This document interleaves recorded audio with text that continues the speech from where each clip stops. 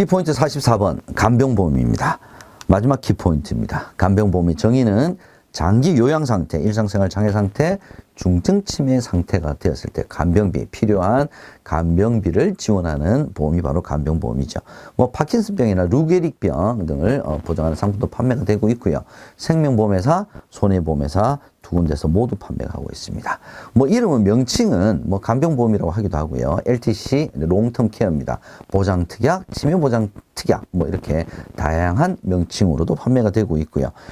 다른 재산보험 상품과 동일하게 주계약, 선택특약으로도 모두 가입이 가능합니다. 판매가 되고 있다는 거죠.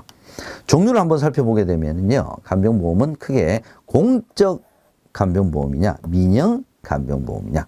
공적이니까 국가에서 하는 걸 테고요. 민영은 보험회사에서 하는 거겠죠. 공적 장기 간병보험은 법률로 법률에 따라서 운영이 되는 겁니다. 그 법률 알아두셔야 될 것 같습니다. 노인 장기 요양 보험법입니다. 2008년도죠. 2008년도.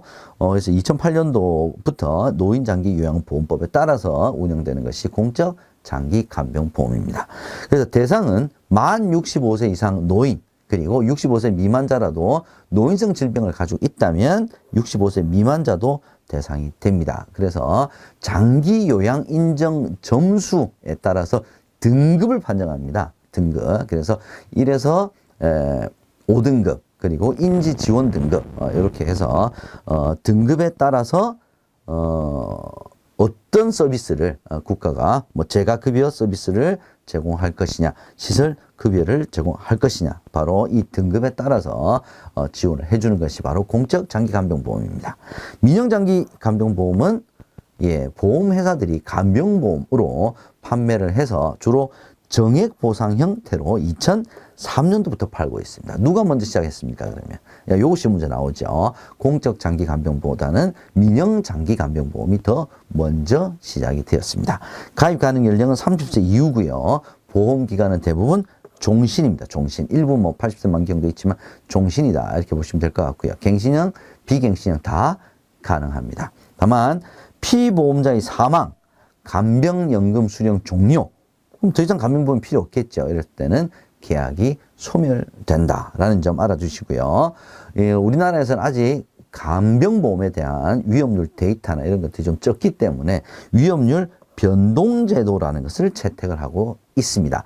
보험기관 중에 금융위원회의 인가를 얻어서 위험률을 조정합니다. 위험률을 조정한다라는 뜻은 곧 보험료를 조정을 한다라는 뜻이겠죠. 그게 바로 위험률 변동제도입니다. 누구의 인가? 금융위원회의 인가를 얻어서 민영 장기 간병보험에서는 위험률 변동제도를 채택하고 있다. 알아두셔야 될 것 같습니다. 간병보험에서 보험금 지급 사유는 우리가 회사 기준, 공적 기준이라고 얘기를 하는데 중증 치매 상태는 CDR 척도 검사가 3점 이상인 경우, 뭐 이렇게 진단이 확정이 되었다라고 했을 때 지급하게 되고요. 공적 기준은 장기 요양 등급 1에서 5등급 아니면 인지지원 등급 판정에 따라서 보험금을 지급을 한다. 이렇게 보시면 되겠습니다. 자, 일상생활 장애 상태라고 하는 것은 이동하기가 기본입니다. 이동하기를 못하면서 식사하기, 이동하기를 못하면서 화장실 사용하기, 이동하기를 못하면서 목욕하기, 이동하기를 스스로 할 수 없으면서 옷 입기도 못한다. 네, 이렇게 이동하기를 스스로 못하면서 식사, 화장실, 목욕, 옷 입기를 못하게 한 상태가 90일 이상 지속이 되면 이걸 우리가 일상생활 장애 상태다라고 정의를 한다. 그래서 이러한 상태가 되거나 CDR 척도 검사 결과 3점 이상 이 진단이 확정이 되었을 경우에 간병보험에서는 지급한다. 이렇게 보시면 되겠습니다. 면책기간 존재합니다. 면책 내용은 스스로 위험률을 현저하게 높일 수 있는 행위를 반복, 정신질환으로 인한 인지기능장애, 그러니까 뭐 알코올 중독이라든지 정신질환, 의사의 처방에 의하지 않는 약물 투여로 인한 인지기능장애, 이런 것들은 보험회사가 간병보험에서 보장하지 않는다, 면책이 된다, 이런 내용이 되겠습니다. 함정을 찾아라 보겠습니다.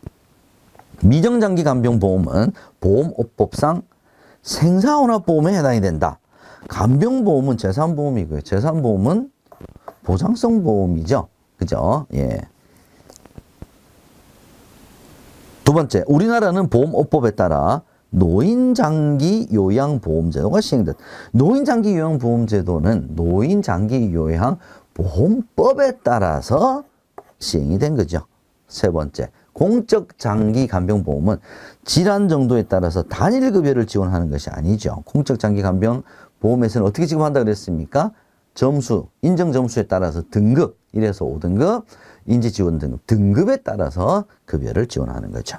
네 번째, 의사의 처방에 의한 약물 투여로 인지기능 장애가 발생했다면 얘는 보장하죠.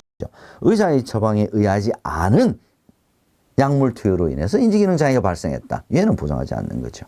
우리나라는 위험률 고정제도가 아니라 변동제도를 채택해서 보험료를 조정하고 있는 것이 민영 장기간병보험에 대한 내용이 되겠습니다.